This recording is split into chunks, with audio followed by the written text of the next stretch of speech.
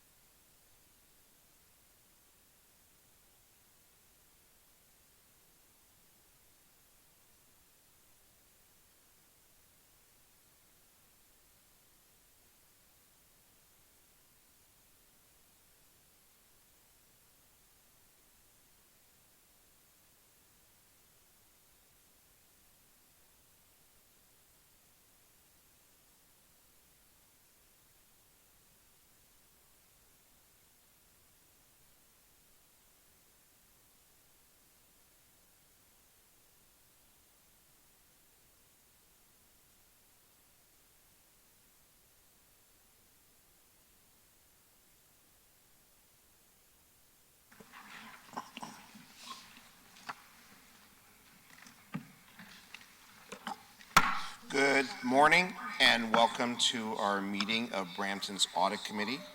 I will ask the clerk to do a roll call.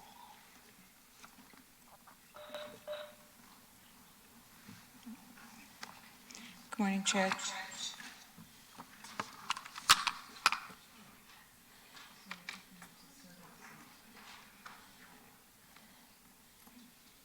I believe we have some members here present. Councillor Tour, Member Russell, myself, and online I believe we have Councillor Keenan. Correct.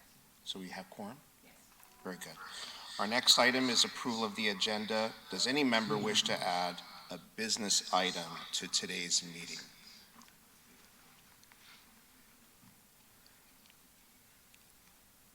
Are there any requests online? Seeing none, I have a motion moved by, yes. Through you, Chair, there were possible additions. There's 2 reports.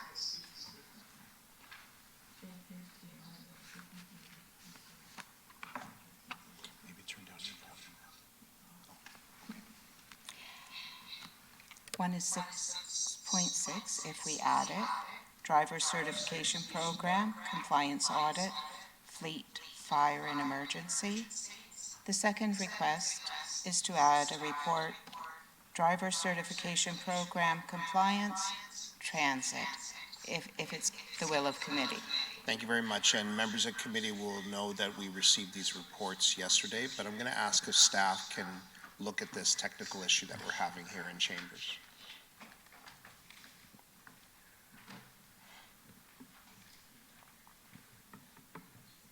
It's coming, I believe, from this side, and now it's gone.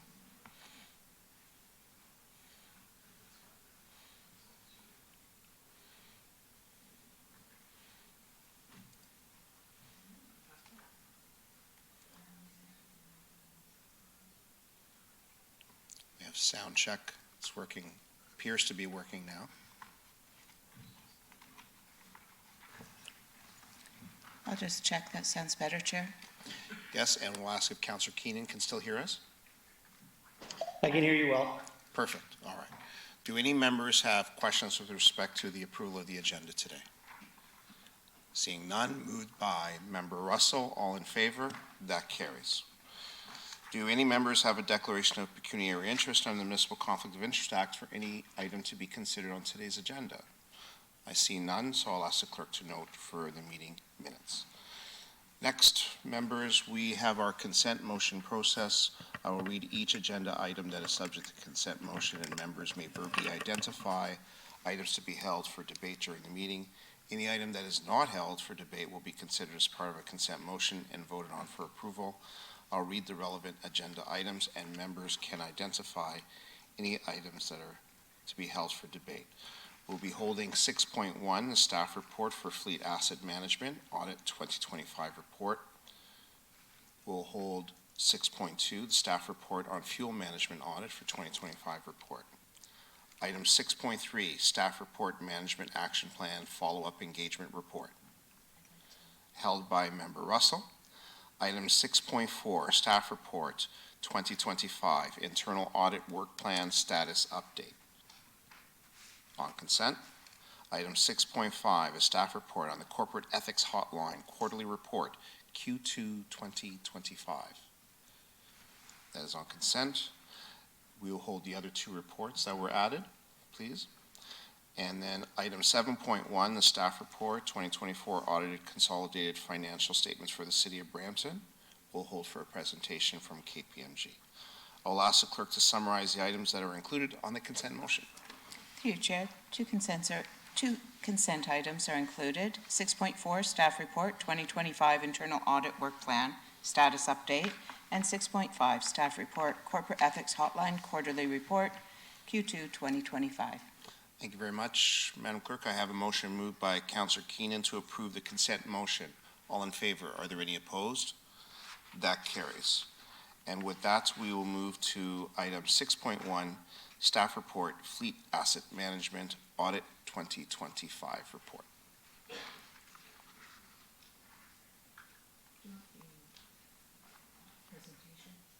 Excuse me, my apologies. So 5.1, which is a presentation by Maria Kush-Hood, Lead Audit Engagement Partner, KPMG. Welcome, Maria. Sorry if I didn't get your name quite right. Thank you very much for having me. Good morning.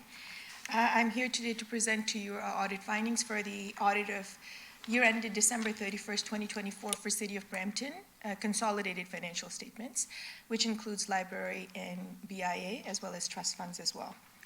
I'll start on page 4 of the audit's highlights page. If we can scroll forward, please. So in terms of the audit, at this stage, we've completed all necessary procedures related to the audit, with the exception of certain standard procedures that have to be remain pending until the financial statements are approved by council. Other than that approval process, everything else is ready to go. Our report today is per the requirement of Canadian auditing standards to report the findings of the audit to those charged with governance. So just wanted to point that out. To cover some of the other items we've noted on this slide, so there were no significant changes from the audit plan that was communicated to you and to management, and all of our audit procedures were completed as planned based on the materiality that was communicated through our audit planning report. Just as a quick reminder, materiality was set at 27.2 million, and our audit misstatement posting threshold was set at 1.36 million.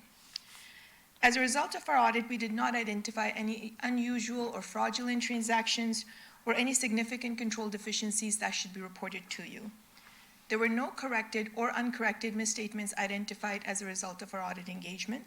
So overall, a clean audit, and our audit opinion continues to be a clean, unqualified one. There were a few new accounting standards that came into effect this year that are noted on page 14 of our report. There was no significant impact due to the adoption of these new accounting standards on the financial statements, and no adjustments were required as a result of these adoptions. The finance team at the city prepared a reasonable analysis to assess the impact of all 3 of these new standards, which we reviewed and assessed, and we did not have any issues in terms of that assessment. We agree with their assessment that there were no adjustments needed. On page 6, there's a quick update that the first 2 items now have been completed that are showing up on the status slide. We're completing our discussions with you today, so the remaining items will be completed upon approval by the council. If we can advance the slides to page 7 and 8. So here we cover the 2 presumed risks of fraud, fraudulent revenue recognition and fraudulent activities related to management override of controls. These risks are not specific to the City of Brampton. They're required by Canadian auditing standards to be considered and addressed for all audit engagements that we complete. For the risk of fraudulent revenue recognition, that is limited to revenue recognized from deferred revenue obligs, just due to the manual process associated with that revenue recognition. For management override of controls, we have provided you with a list of our procedures that we complete and that are required by the Canadian auditing standards. All of those procedures were completed sufficiently and appropriately, and there was nothing that came out of those procedures that we want to flag as untoward items. Pages 9 and 12, I'll skip. They just provide you with an overview of audit procedures in more detail for other areas of the financial statements. So nothing really further that I want to point out there. Page 13 provides you with an overview of some of the concepts and definitions related to controls over financial reporting, some terminology that we auditors use in the financial world. The important thing here is that there were no deficiencies noted for Brampton, but this is for your information in terms of terminology. I covered page 14 already in terms of the new accounting standards. So moving on to page 15. So here we've provided you with our audit quality framework. Now this is important for us being an audit firm. We spend a lot of time internally to make sure that we are providing high quality audits for all of our clients, and this framework makes sure that we are able to achieve that. There is a link to our transparency report on this slide. If you're interested, you can take a look. With that, we get into the appendices. Nothing really that I wanted to point out. I mean, there are required inquiries in Appendix B.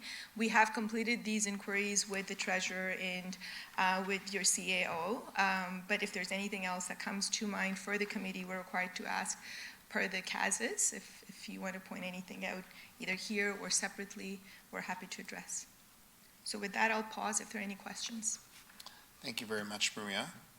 I do have questions, and I believe it would be appropriate for us to bring forward item 7.1, the report. Member Russell. So, thank you. Chair, through the chair, Maria, just a couple questions for you on the new PSAS standards, just so I understand them a bit better.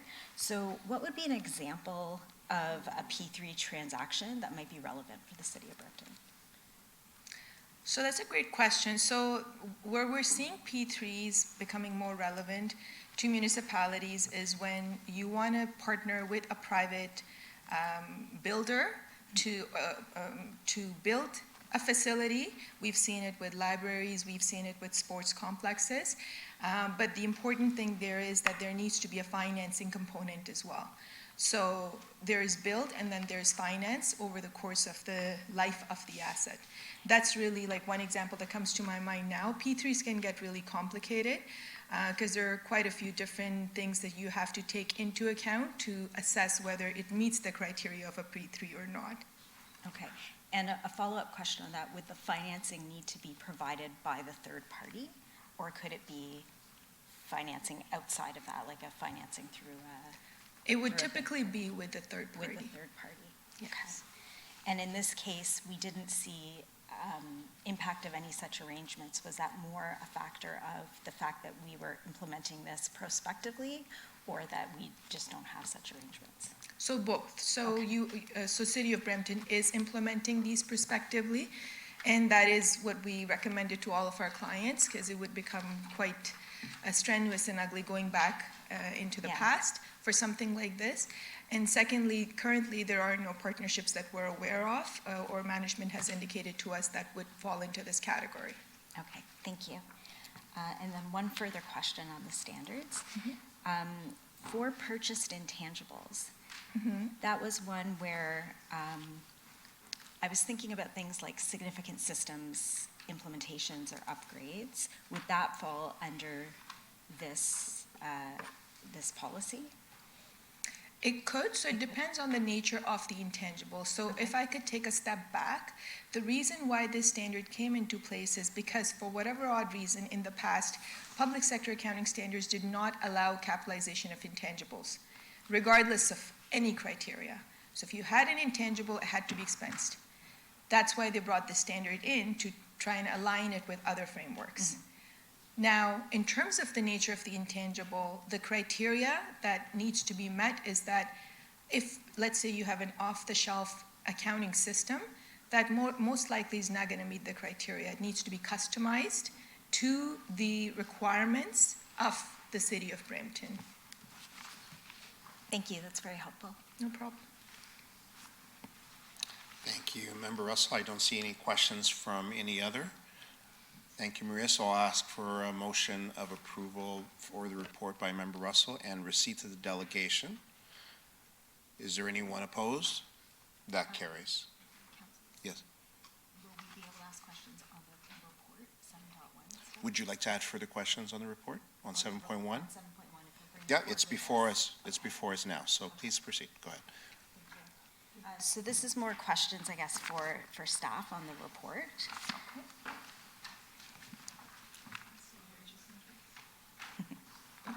Hi. Hi. Thank you. So one of my questions was regarding, I see mention of, first, thank you for the report. It was very informative and kind of addressed and anticipated some of my questions. Thank you. With respect to the receivables, the taxes receivables, I know we note there, we moved some of the long-term assets to short-term, kind of in respect of the fact we noticed that there's been an increase in receivables, presumably because constituents are impacted by inflation, et cetera. So one of my questions was on the assessment of collectability on the receivables. Was that reevaluated in light of the economic changes? Through the chair to Member Russell, at the staff level, we're continuously monitoring the tax receivables. As you've noticed, we have been seeing significant increase due to economic conditions with the constituents. In addition, we are doing regular benchmarking analysis with other, especially GTA municipalities, to kind of see where we rank in terms of other municipalities. And what we've noticed is that the trend is very similar. Obviously, depending on the geographic location, there's some differences, but the trend is very consistent among all the municipalities.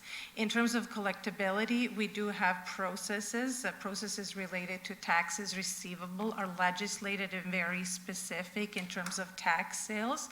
So we have been seeing increased activity based on those, yes. So I don't know if that answers your question. That's helpful. Thank you.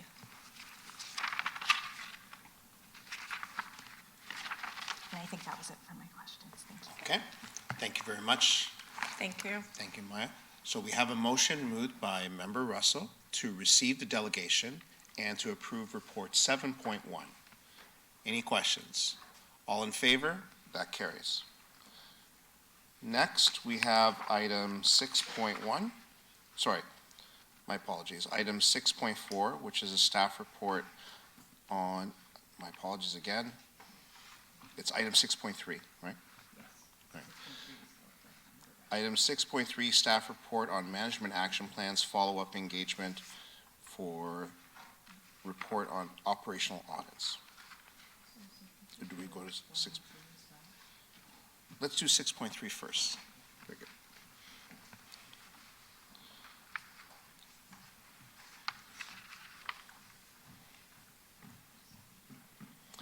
So do any members have questions with respect to item 6.3? Member Russell. So I just have one question for the internal audit team through you, Chair. On the management action plan validation stats on slide or page 8 of the report, we're really looking at the actions that management has said are closed. And I appreciate the information on that, but I was curious about the maps that were still open. So if I do the math on, there were 59 identified as closed, there's 93 maps out of the sample of operational audits that were still open. So what I was curious about is how many of those were high risk and medium risk respectively?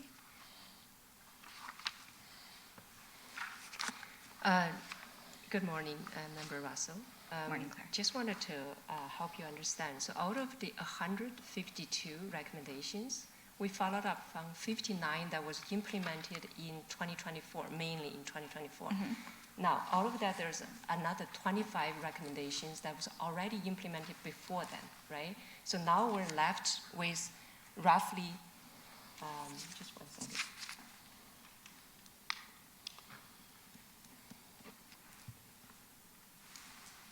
So we are then left with about 69? 1 second.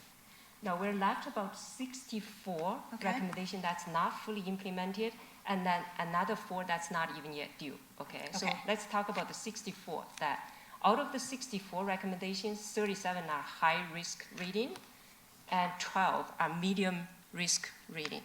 Okay. Okay.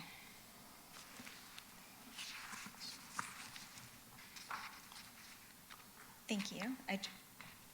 I just wanted clarity on that because I think it's a bit misleading, not intentionally, but just when you read this, if you're looking at the closure, it looks quite good on the ones management has identified as being closed. And I guess I want to clarify the intention of the audit, which I think was to say, is management's self-assessment of the closure of the high-risk items accurate, and do we feel that we can rely on that assessment? And I think that looks quite good. But I also think there's still risk inherent in the open items that are due if they're high risk, correct? Yes, that's totally correct. If you may, I would like to explain this. So this particular engagement is not about recommendation status update, which we normally do on a quarterly basis as well. But because this time we're doing the validation exercise, we're only looking at what management claims they have implemented, and we're only looking at those. And mind you, a lot of times we do have come across maybe even 1/3 of the recommendation that management said they've done that is sometimes not implemented to the full extent that we would like it.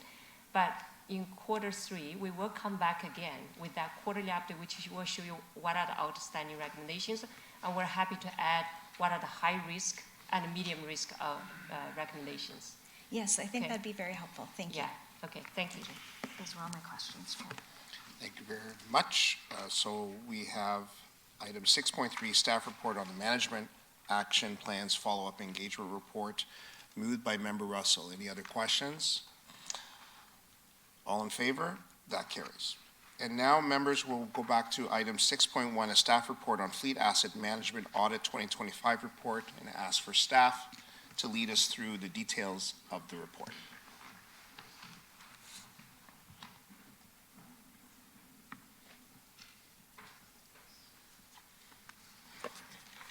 Good morning.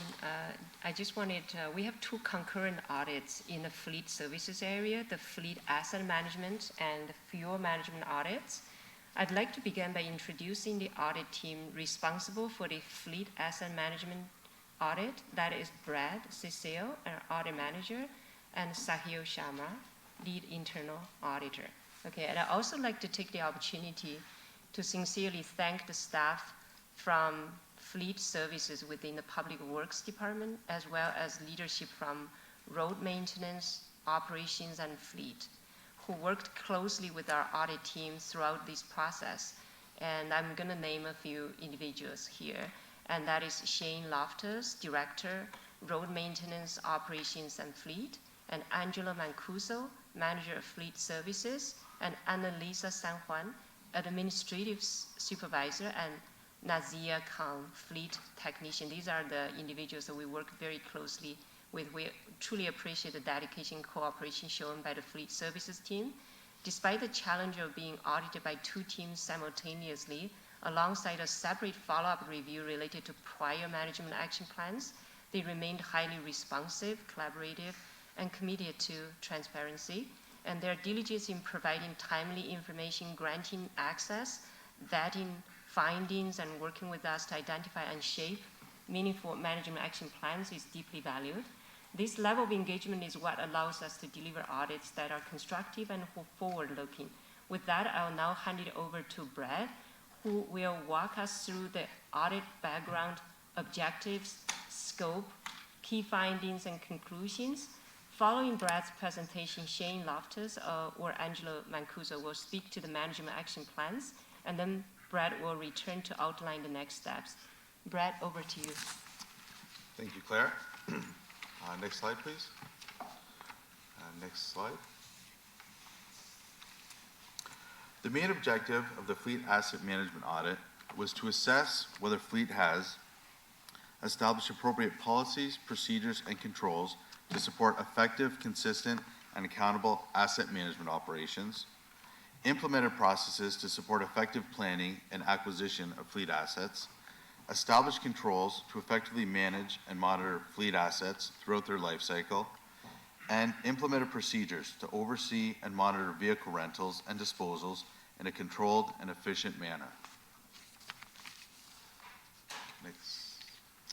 Our audit scope covered fleet asset activity for the period of January 1st, 2022 to December 31st, 2024.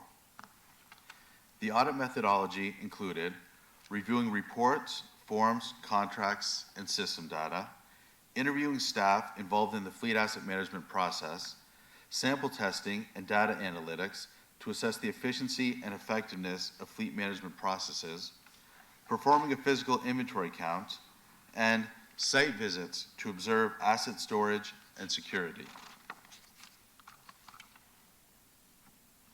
Audit observation 1. Monitoring of vehicle utilization needs to be enhanced. In 2024, automatic vehicle location data showed that 27% of light-duty vehicles recorded under 5,000 kilometers, and 25% of heavy-duty vehicles recorded under 2,000 kilometers, suggesting potential underutilization. The following was also noted. There is currently no formal definition of underutilization. There's no systematic process in place to follow up on vehicles with low mileage, as reviews are mostly informal and not documented, and not all vehicles have a functioning AVL unit. In 2024, 25 vehicles had no mileage data, and 11 more were showing a reading of not used, despite mileage showing an M5 for these same vehicles. We recommend that the Director of Fleet establish a clear definition of underutilized for all vehicle types so that the acceptable range of use for each vehicle can be appropriately assessed.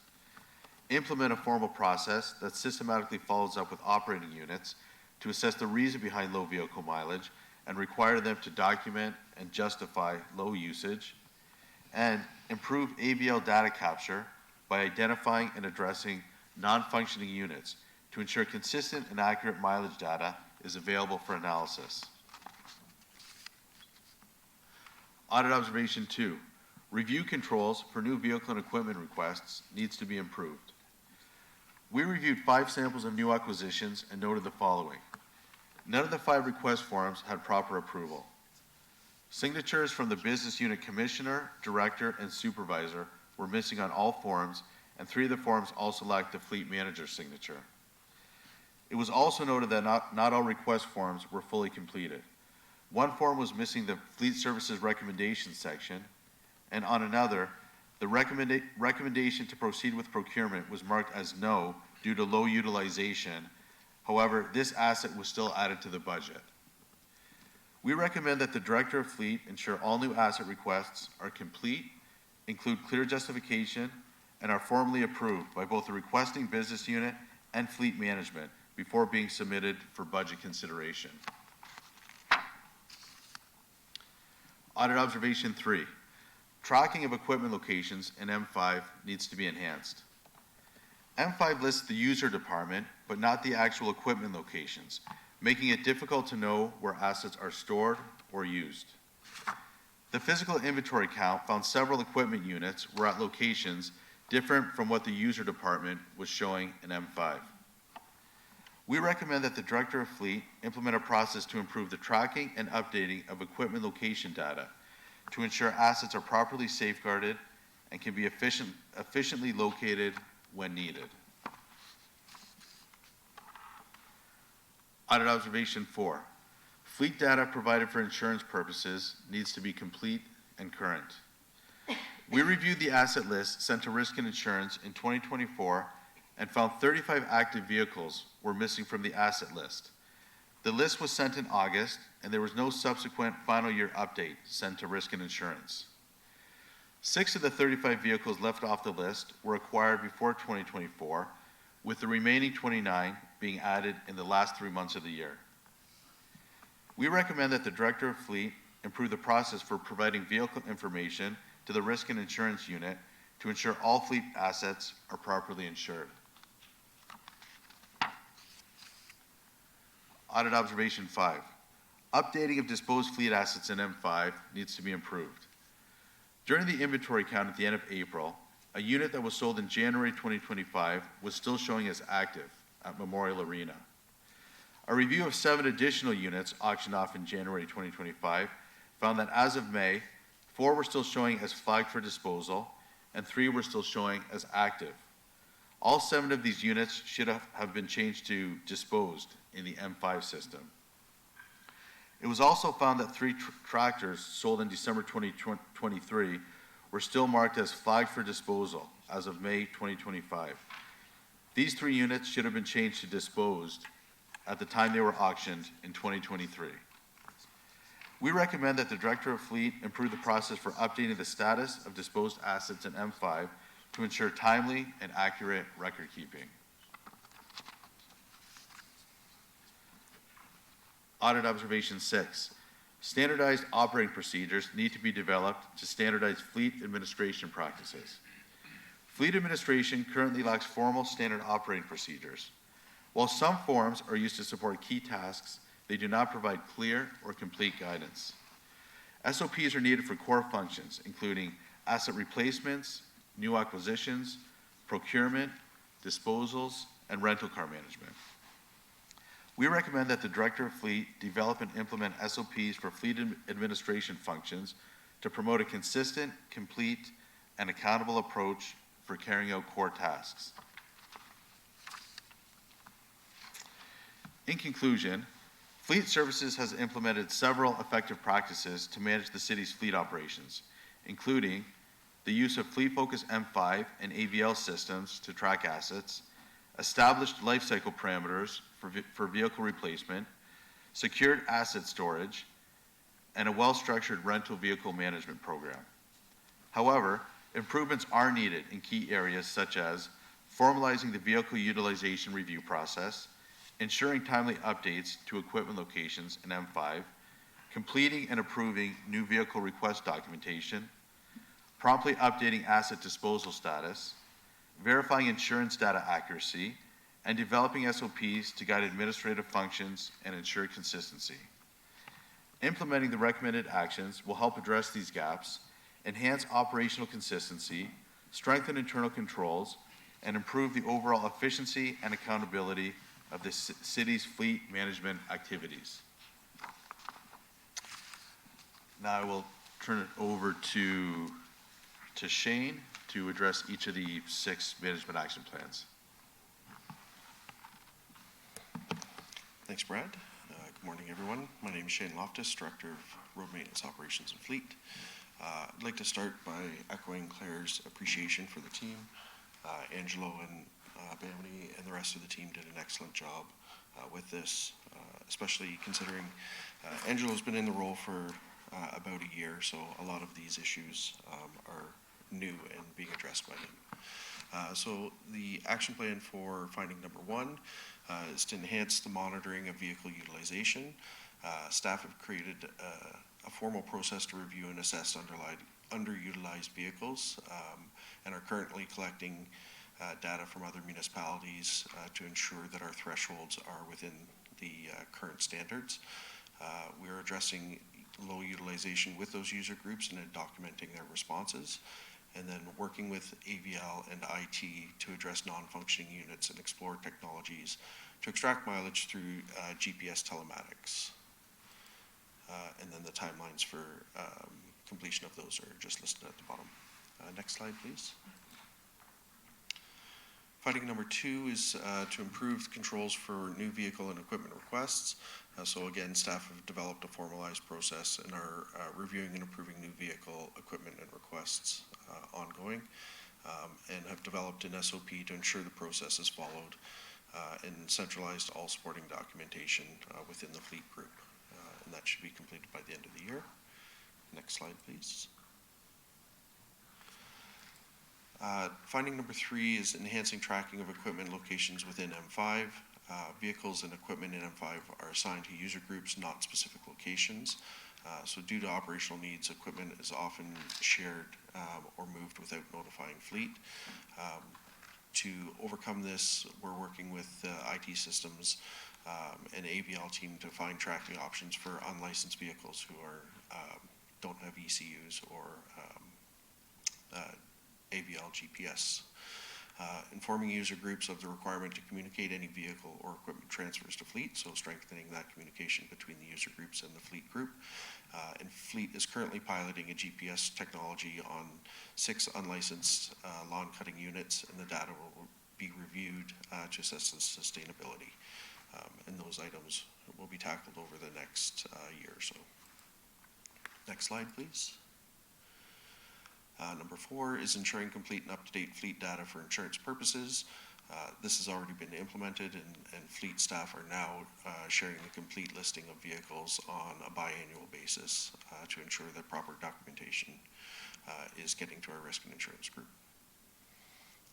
Next slide. And ensuring timely updates of disposed fleet assets in M5. Again, this comes down to documentation, and an SOP has been created to ensure that all steps for the asset disposal process is being completed and signatures are being captured. I believe that is the last, but next slide, please. Sorry, one more. Developing standing operating procedures for fleet administration functions. So the team has created SOPs, including guidelines to ensure all core functions are formally documented. Next slide. Yes. Okay, thank you, Shane. In terms of next steps, as Shane just went over, action plans have been developed. Implementation for the maps is underway or completed, and internal audit will follow up and report on the status of these action plans as they become due. And that concludes the presentation. Thank you. Thank you very much, Brad and Shane. We have questions. Councillor Tour. Thank you, through you, Mr. Chair. Thank you for completing this audit as well. I know we had a similar chat, I believe, last year as well. The lack of communication between the AVL and the M5. I'm still trying to wrap my head around how we live in 2025 like that. You lose a set of keys, you can track it. You lose your wallet, you can track it. But if we're still struggling to track equipment, machinery, that's at least this big. I don't think that should be the case right now. Could you just expand on the is there an underutilization of the fleet? Is that happening right now? Like if there's vehicles less than 5,000 kilometers a year? So currently staff are reviewing that, and we're trying to establish a standard for the city. Typical utilization is between 3,000 and 5,000 kilometers, depending on the type of vehicle. So once we have established our own internal threshold, we will be reviewing that. Anything that is flagged within that will be addressed with the operating department. So I guess to answer your question, there is potential for underutilization right now. Mm-hmm. We're just formalizing that process, and then we'll be rolling that out in the future. Do you know when you could come back with that? Like when we'll hear about that? Like ideally before the next budget cycle? Because again, if there are vehicles that haven't gone through the proper paperwork, the request hasn't been asked in an appropriate manner, and it has come to the budget and we've approved it, and there's, in a case where we have too many vehicles, I think we need to know that well in advance of that next budget cycle to understand the true fleet size that we have. So to address that, the two-pronged kind of issue there, new fleet requests or new fleet vehicle requests, that process has been formalized to ensure that that vehicle is actually required and is going through a step of signatures up to the commissioner level where previously it wasn't. Through that process, we will also be looking at the current fleet that's deployed to that area and ensuring that the vehicle is actually needed before we order it. Okay. And just going back to the business IT section of this, maybe to Jason, I know we're looking at overall systems across the city on how we can implement newer technology, especially with advancements in AI right now that are happening. Could we include looking at this part of it as well, the AVL, the M5, any of the systems that are currently in place to see are there improvements in this that we can make? One on assessing the utilization of the vehicles when we have that, just being more predictive on when we're going to need new vehicles or equipment around the city. But more importantly, to make sure that all of this, whether it's GPS tracked or whatever the system is, we need to know. Like if anybody has a toolbox in the garage, you know, if you have one socket missing, you lose your sleep over it.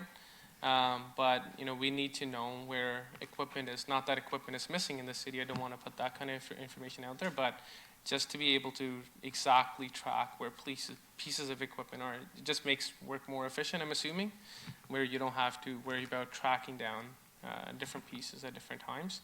And maybe that leads to the underutilization part of it again, right? Because we have enough vehicles in one side of the city, we may not need to go to the other side of the city to look for them.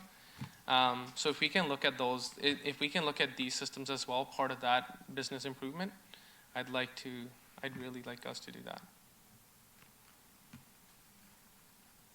Thanks, Councillor, and we can do that. Council has approved the report in the minutes, so we may need to approve today and add this Give to the direction to add this roadmap to that. if it's not there. But we can definitely take that back and work with you on updating the roadmap. Okay, at the appropriate time, if you can just provide the right wording to make sure that we can, part of the recommendations today is that we add these softwares and IT systems to the ongoing work that is currently ongoing right now. And the same case also for, we need to find a better way on the fuel usage system, on how that approval happens. I know there's multiple layers, like the objective is not to make it more cumbersome for someone to just fuel up the vehicles. But again, there's, with technology, there's a smarter way that we can make this happen. So we need to look at that system as well. Any large logistics fleets, like City of Brampton is a logistics hub with companies that have 5,000 or bigger trucks. And they have excellent systems where they can track exactly the mileage of their vehicles, fueling, approvals, all of that goes through very seamlessly. So if we can look at a system like that as well, I'm assuming if there's gaps manually where people have to sign off on actual receipts and papers, versus if we can digitize that, even the approval system, if it keeps a better track record of things, I think that'd be excellent. Just to follow up, Councillor, through the chair, if in that report Council approved, it includes, it was a closed session, so we'll give more detail now, but it does include M5 for assessment and a plan over the coming years. Okay, awesome. So we don't need to add that on. But I'd still like to add on to have a fuel tracking system. If we're just duplicating it, then you'll figure that out. That's all my questions, but I hope to hear, if we can hear by the fall on an update on what threshold we're setting on utilization of the vehicles. I get these are not, day-to-day vehicles, so the threshold might be different than how much I drive every single day. So for me, $5,000, I was joking with somebody, I said, there's probably Lamborghinis in Castlemore that drive more per year. That it's a hard threshold. So we need to realize what that threshold is and how we can make some improvements on that in the upcoming budget. Thank you. Thank you very much, Councillor Tour. While we've already added the software piece beforehand, do you wish to still keep it within the recommendation today, or would you like? Just to be safe, we'll just keep it in there. That way it gives them the scope to do it. Very good. Okay, I see no other questions, so we have a motion moved by Councillor Tour to receive the presentation and approve the staff report with the amendments on screen. And that's both of them, 6.1 and 6.2? No, this is just 6.1. Okay. Any questions? Seeing none, all in favor, that carries. Thank you so much, Shane. And so with that, we'll now move to item 6.2, staff report on fuel management audit 2025 report, and I'll pass it back to Claire. Thank you. Well, we continue to work with the same team from Fleet Services, Shane, Angelo, Annalisa, Nazia. There has been a slight change on the internal audit side for the fuel management audit, and the team is consisting of Brad Cecile and Min Peng, our lead internal auditor. And so we appreciate the continued collaboration and engagement from the Fleet Services team as we carry out the second audit.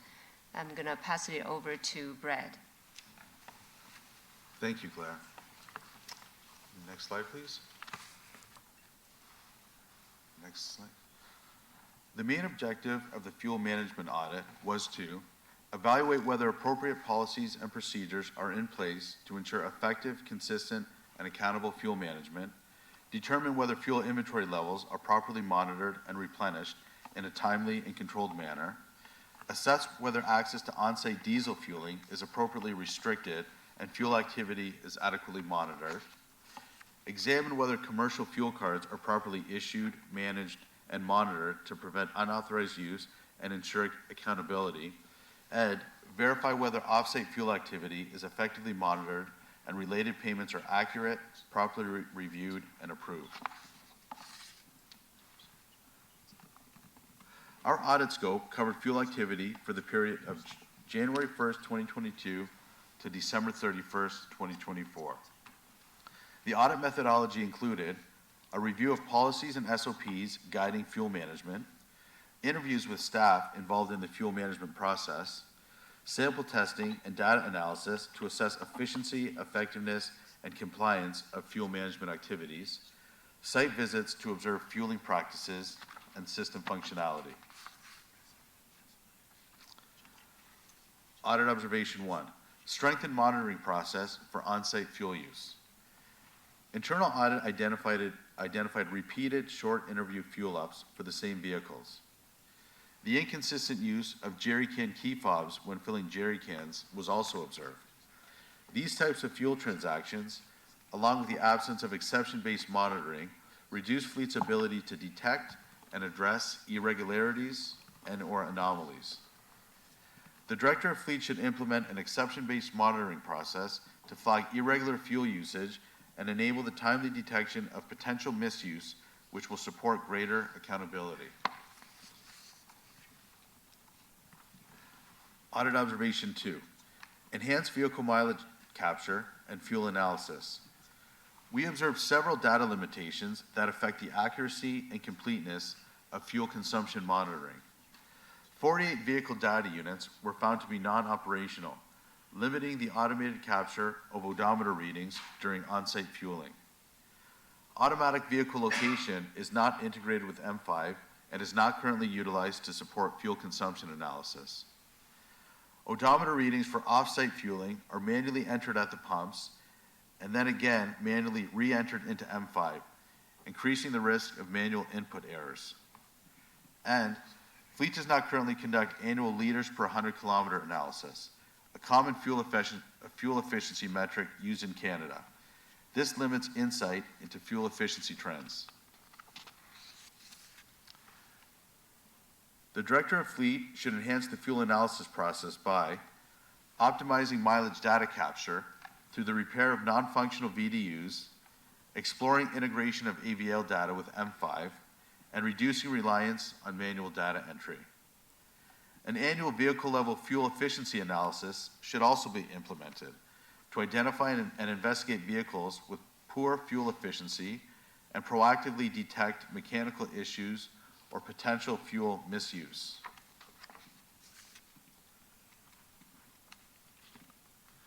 Audit Observation 3, enhance oversight of the off-site fuel card program.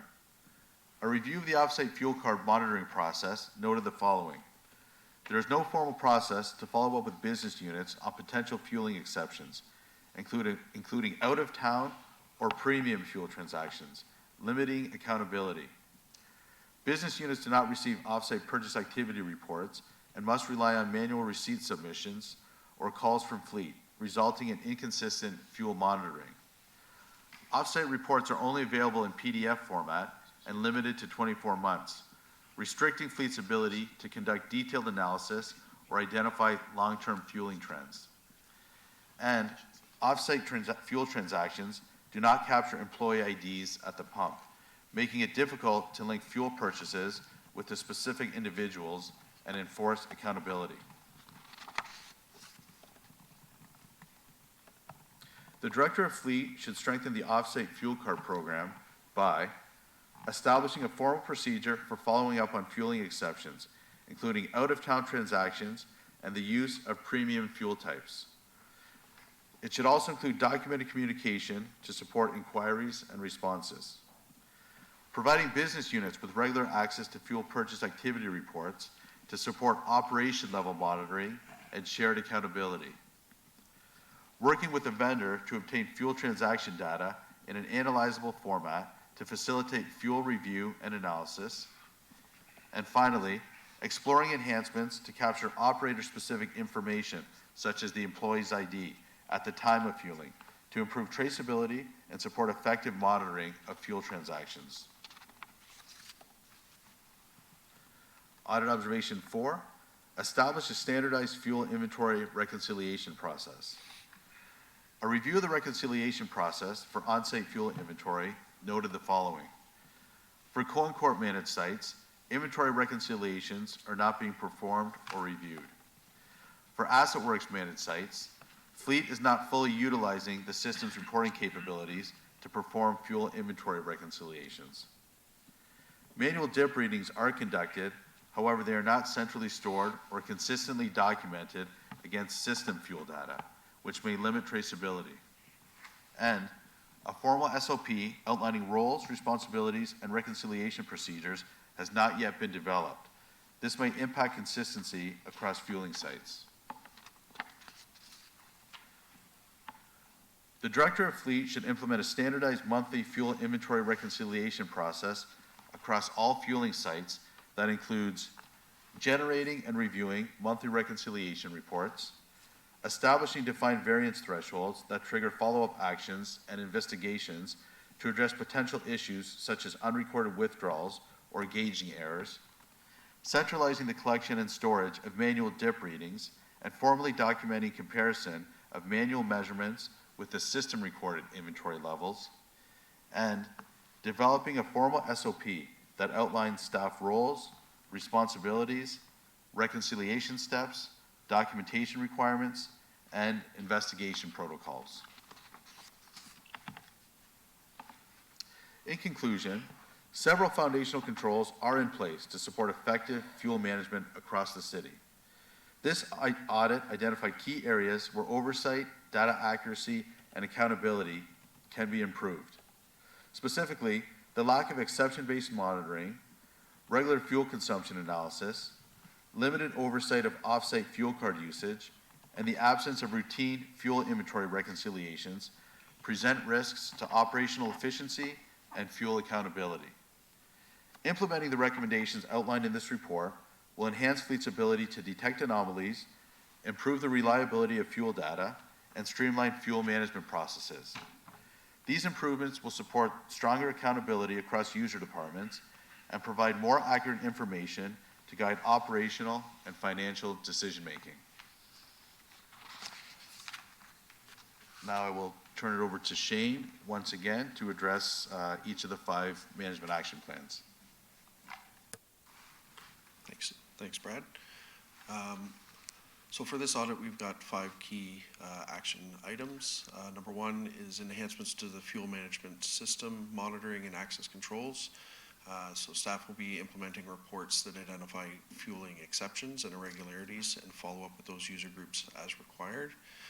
We're also working with IT to implement a system of controls at the pump that will not allow consecutive fuel ups under the same FOB in a restricted time frame, and that will prevent the short interval fuel ups that are happening.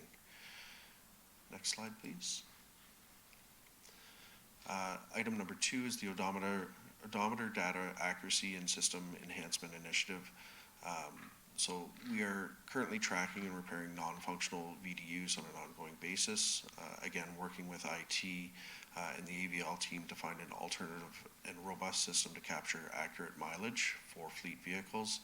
And we're also running a small pilot of that system on 10 licensed vehicles within the organization to extract mileage and ensure that it's compatible with M5 and Cone Corp. Next slide, please. Annual vehicle fuel efficiency analysis and exception review. So staff will be implementing an annual fuel consumption report based on current usage. And then the analysis will be based on liters per 100 kilometers, and any high or low consumption vehicles will be investigated as necessary. Next slide. Enhancing oversight and accountability of off-site fuel transactions.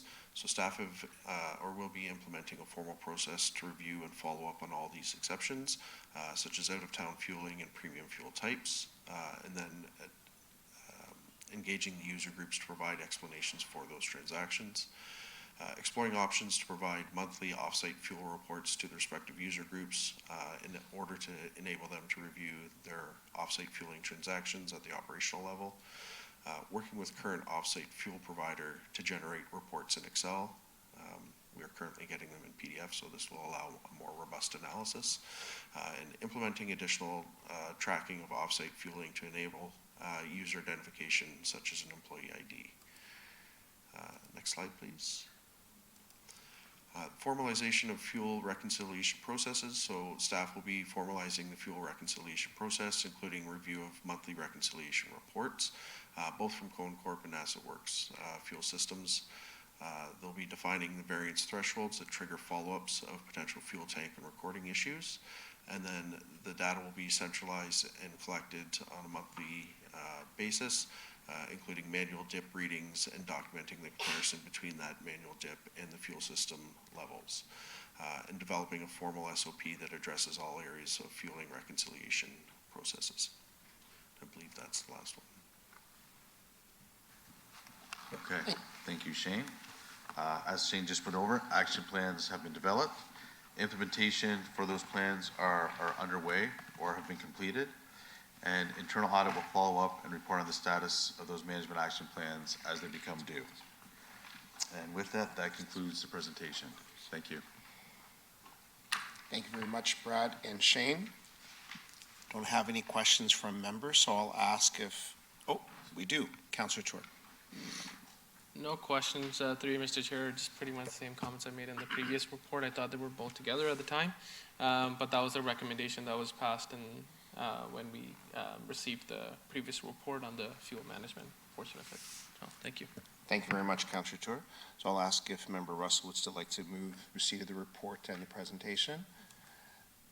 See no further questions. All in favor? That carries. Thank you very much. Next, we'll move on to the added items. Item 6.6, Driver Certification Program Compliance Audit for Fleet, Fire, and Emergency Services.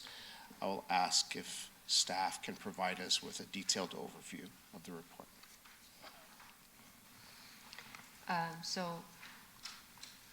Good morning. Just wanted to, for the two driver's compliance audits, so the city conducts once every 3 years.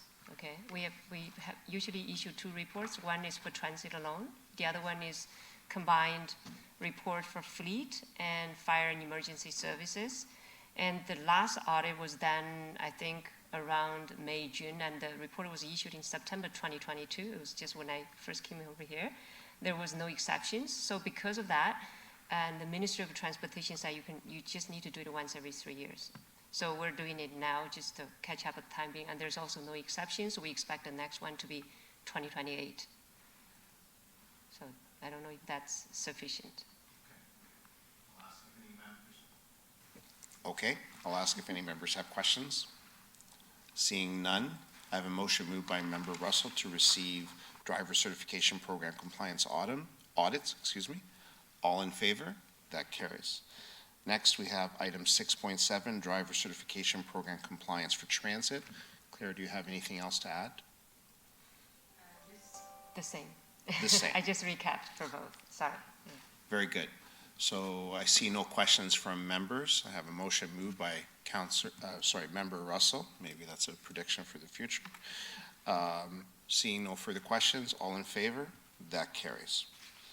We have public question period. Do we have any questions from members of the public here or online?